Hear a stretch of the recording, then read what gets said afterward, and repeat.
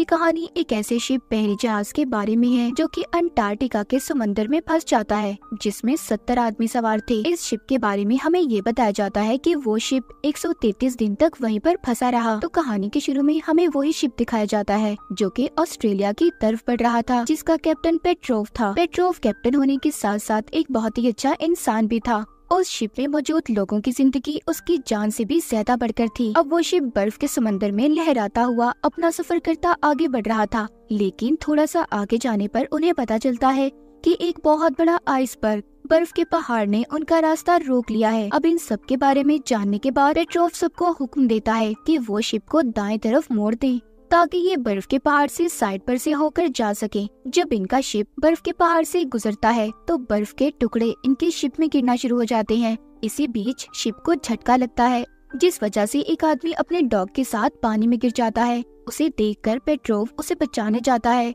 वो सीढ़ी लगाकर पानी में कूदकर उस आदमी को बचाना चाहता था, पर जो शिप का दूसरा कैप्टन था वो पेट्रोव से कहता है कि तुम क्या करने जा रहे हो? तुम एक आदमी की वजह से सब लोगों की जान को खतरे में डालना चाहते हो। हमारे ऊपर से खतरा अभी टला नहीं है, हमें आगे बढ़ते रहना होगा।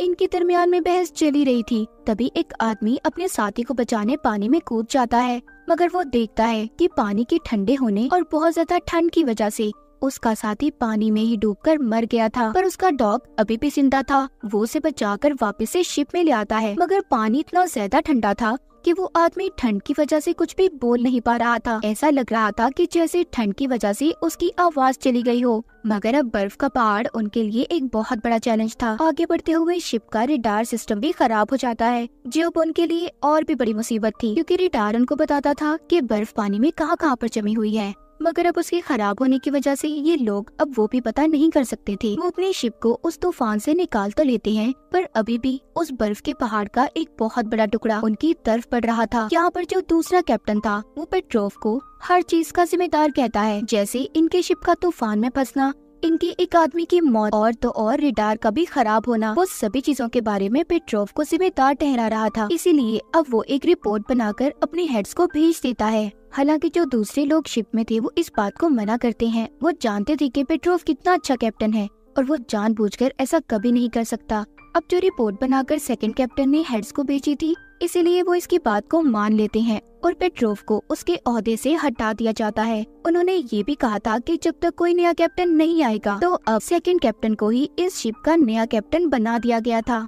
कुछ दिन के बाद एक हेलीकॉप्टर की मदद से नए कैप्टन को भेजा जाता है। जब हेलीकॉप्टर को पायलट लैंड कर रहा था तो इंजन के गर्म होने की वजह से उसके सूट में आग लग जाती है। शिप में जो लोग थे वो जल्दी से इसके पास आते हैं और आग को बुझाकर पायलट और कैप्टन को बचा लेते हैं। मगर इसके बावजूद जो नया कैप्टन था वो पेट्रोव का शुक्रिया अदा करने की बजाय बातें सुना देता है कि वो अच्छा कैप्टन नहीं है। जो नया कैप्टन था वो बहुत ज्यादा खड़ूस और सख्त था। जब वो शिप के अंदर आता है तो देखता है वहाँ पर एक आदमी क्यूब को लेकर खेल रहा था। वो कैप्टन उस क्यूब को उससे लेता है और उठाकर दूर फेंक देता है। तभी हम आसपास के मंजर को देखते हैं। हर तरफ बर्फ ही बर्फ थी और इनका शिप पूरी तरह से फंस चुका था। ना ही शिप आगे बढ़ रहा था और ना ही पीछे। दूसरी तरफ हमें मॉस्को शहर दिखाया जाता है, जहाँ पर पेट्रोव की बीवी जो कि एक जर्नलिस्ट थी वो वहाँ के मिनिस्टर से बात करती है और पेट्रोव अपने हस्बैंड की मदद के लिए दबाव डाल रही थी। उधर शिप में सभी लोग मीटिंग कर रहे थे कि इस तूफान से कैसे बचा जाएगा। तभी यहाँ पर इनका एक साथी ये कहता है कि क्यों ना हम शिप में से पेट्रोल को निकालकर एक बहुत बड़ा धमाका करें, जिससे शायद आगे जाने का रास्ता खुल जाए। ये मीटिंग पेट्रोव करवा रहा था। तभी यहाँ पर नया कैप्टन आता है। वो इस मीटिंग को बंद करवा देता है। उसकी बातों से ऐसा लग रहा था कि वो पेट्रोव को बिल्कुल भी पसंद नहीं करता था और वो उस आदमी के प्लान को भी मना कर देता है जो धमाका करने का था। मगर इस बारे में पेट्रोव को भी कुछ ठीक नहीं लग रहा था। नया कैप्टन यहाँ पर सबसे कहता है जिस फ्यूल को तुम इस्तेमाल करके धमाका करने की बात कर रहे हो सकता है आने वाले दिनों में हमें उस फ्यूल की जरूरत हो। इसीलिए कैप्टन अब हर तरफ पर इमरजेंसी की खबर को फैला देता है कि इनका शिप बर्फ में बुरी तरह से फंस गया है। इसीलिए इन्हें अब शिप की लाइट्स को भी बंद करना पड़ता है, क्योंकि ये नहीं जानते थे कि इनका शिप कब यहाँ से निकलेगा। इसीलिए इन्हें अपनी हर चीज को बचा कर रखना होगा। अब पेट्रोव यहाँ पर कुछ सोचता है। वो ऐसे ही खामोश नहीं रहने वाला था। वो सोचता है कि आखिर कब तक हम यहाँ पर फंसे रहेंगे और मदद का इंतजार करेंगे। इसीलिए अब ये फ्लेयर गन को लेकर उस बर्फ के पहाड़ के बारे में जानने के लिए शिप से उतर जाता है। तभी उसे हेलीकॉप्टर का पायलट देख रहा था जो कि कैप्टन को यहाँ पर लेकर आया था। मगर वो पेट्रोव से कहता है कि तुम फिक्र नहीं करो, मैं इस बारे में किसी को भी कुछ नहीं बताऊंगा। पेट्रोव जब शिप से उतरकर आगे जाता है, पानी पर बर्फ की तह जम चुकी थी। जब पेट्रोव थोड़ा सा आगे जाता है तो उसे वही क्यूब मिलता है जो कैप्टन ने फेंक दिया था, पर वहाँ पर एक बर्फ का गड्ढा था जिसमें वो गिर जाता है। तभी पेट्रोव फ्लेयर गन को चलाता है, जिससे दूर खड़े पायलट ने इसे देख लिया था कि ये मुसीबत में है, इसीलिए वो शिप के बाकी साथियों को लेकर उसकी जान बचाने आ गया था। उसे अब वापस ले जाकर डॉक्टर को भी दिखाया जाता है। पेट्रोव की इस हरकत पर नए कैप्टन उसे बहुत डांट रहे थे, पर वो खाली हाथ नहीं आया था, उसके पास बहुत सारी इन्फॉर्मेशन थी। वो कैप्टन से कहता है कि एक बहुत बड़ा बर्फ का तोता हमारी तरफ पीछे से आ रहा है, अगर हमें यहाँ पर टाइम पर कोई बचाने न आया तो हम यहीं पर जमकर मर जाएंगे। कैप्टन उससे पूछता है कि तुम्हारे पास क्या सबूत है। वो कैप्टन को उसका फेंका हुआ क्यूब दिखाता है और बताता है कि इसे तुमने बहुत दूर फेंका था, तो इस वजह से इसे बहुत दूर होना चाहिए था, पर ये मुझे करीब से मिला है। इसका मतलब ये है कि ये उस बर्फ के तोते की वजह से हमारे करीब आया है। कैप्टन जब उसकी ये बातें सुनता है तो उसे भी अब उसकी बातों पर यकीन आने लगा था, पर वो उसे कुछ नहीं कहता और चुपचाप वहाँ से चला जाता है। वहीं पर दूसरी तरफ शिप पर कुछ लोग अपनी परेशानी को दूर करने के लिए गिटार बजा रहे थे, तो वहाँ पर भी कैप्टन आ जाता है, जो उन लोगों से उनके गिटार को छीन लेता है और बाहर जाकर तोड़ देता है, और साथ ही उन्हें शिप के बाहर वाले हिस्से से बर्फ को हटाने का कहता है। पेट्रोव जो कि कैप्टन रह चुका था, वो अपने नए कैप्टन से कहता है तुम्हें सबके साथ इतनी सख्ती दिखाने की जरूरत नहीं है, मैं जानता हूँ डिफेंस मिनिस्टर को हमारी कोई परवाह नहीं है, हमें कोई भी बचाने नहीं आएगा, क्योंकि चारों तरफ से मौसम बहुत खराब है, ठंडी हवाएं चल रही है, इसलिए हमें एक साथ होना चाहिए ताकि हम मिलकर इस मुसीबत का सामना कर सकें। हम देखते हैं कि इनका शिप रोज बरोज बर्फ से ढक रहा था और बर्फ इनके शिप पर 2-3 इंच बढ़ चुकी थी। पेट्रोव कैप्टन से कहता है कि हमें ऑस्ट्रेलिया से मदद मांगनी चाहिए, मगर कैप्टन उसकी ये बात मानने से भी मना कर देता है। बर्फ शिप के अंदर आना शुरू हो गई थी और तभी बर्फ की वजह से शिप के नीचे वाले हिस्से में सुराख हो जाता है और पानी भी अब शिप के अंदर आने लगा था,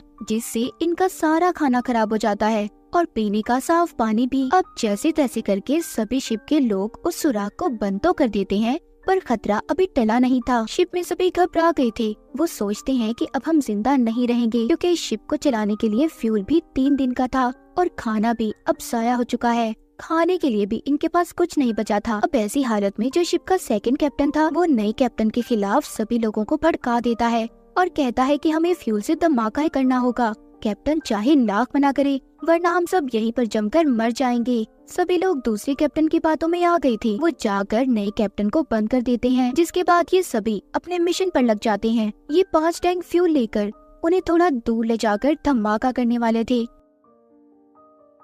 पेट्रोव इन्हें बहुत समझाने की कोशिश करता है कि ऐसा मत करो, कोई भी उसकी बात को नहीं सुनता और वो धमाका कर देते हैं, जिससे कोई फायदा नहीं हुआ था। ये प्लान इनका फेल हो चुका था। इन सब के बाद शिप का जो नया कैप्टन था, उसे कुछ भी समझ नहीं आता कि वो क्या करे, इसीलिए वो अपना यूनिफॉर्म पहनकर शिप से छलांग लगाकर मरने की कोशिश कर रहा था, पर इससे पहले वो अपनी जान को नुकसान पहुंचाता, पेट्रोव उसे देख लेता है और ये कहता है कि तुम्हें ऐसा करने की जरूरत नहीं है, हम मिलकर इस मुसीबत का सामना करेंगे। शिप में सभी लोगों को अपनी इस बेवकूफी पर बहुत ज्यादा शर्मिंदगी हो रही थी कि उन्होंने सारे फ्यूल को भी जाया कर दिया।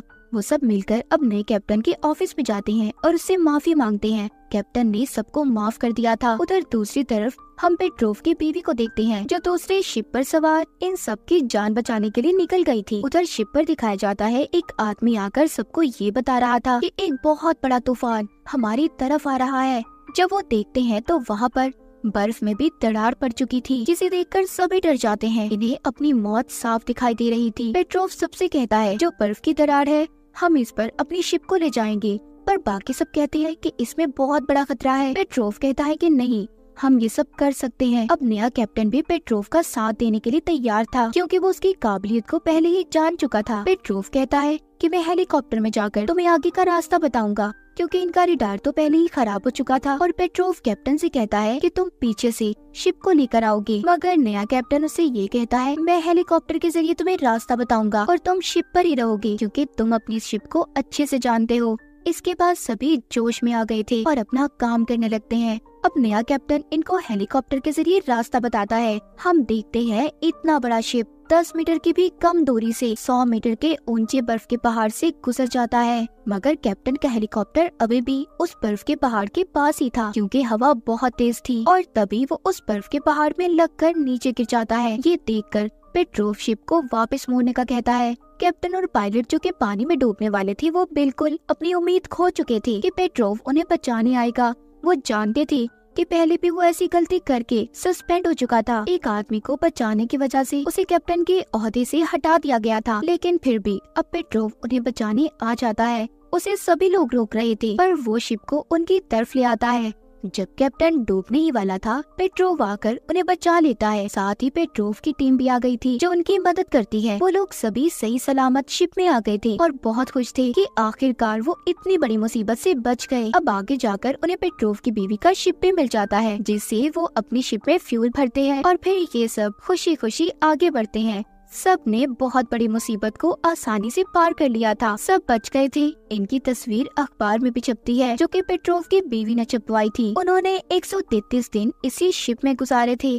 तो इंसान जितनी बड़ी मुसीबत में क्यों ना हो, अगर वो कोशिश करे तो जरूर कामयाब हो सकता है। और इसी के साथ ये मूवी यहीं पर खत्म हो जाती है।